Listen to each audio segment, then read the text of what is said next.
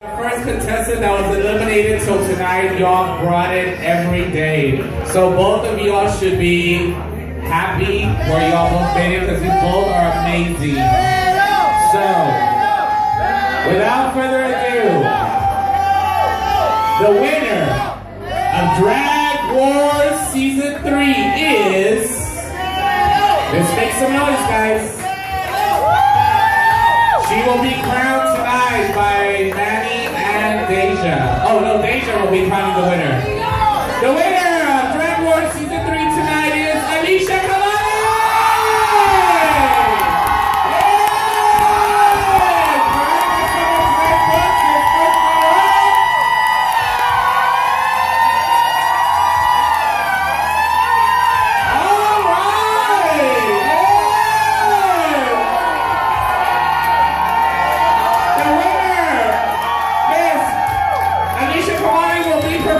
Next Friday with B.Cavalli and